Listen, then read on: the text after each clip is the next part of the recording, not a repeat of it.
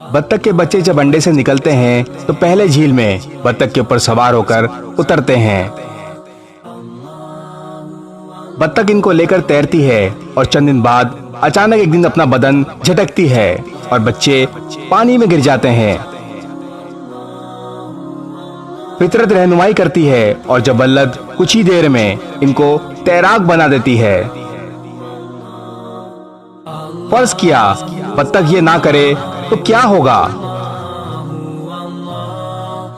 हर गुजरते दिन बच्चों का वजन बढ़ता चला जाएगा और बत्तख इनके वजन से ही डूब जाएगी।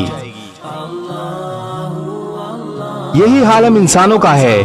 हम अपने बच्चों को सर्द व गर्म से बचाते बचाते फितरत की राह में मुजाहिमत शुरू कर देते हैं। ये भूल जाते हैं कि जिस रब ने हमें इनके ताफुज की कुव्वत व हिम्मत दी है वो भी उसी रब के बंदे हैं। हम इनकी जिंदगियों को रिमोट कंट्रोल की तरह पेरेंट गाइड कंट्रोल से बांध देते हैं।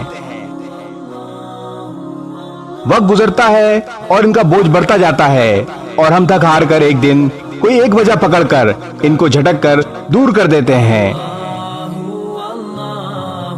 अचानक एक बड़ा बच्चा दुनिया के बाजार में तन्हा अपनी जिम्मेदारियों के लिए पोशा हो जाता है।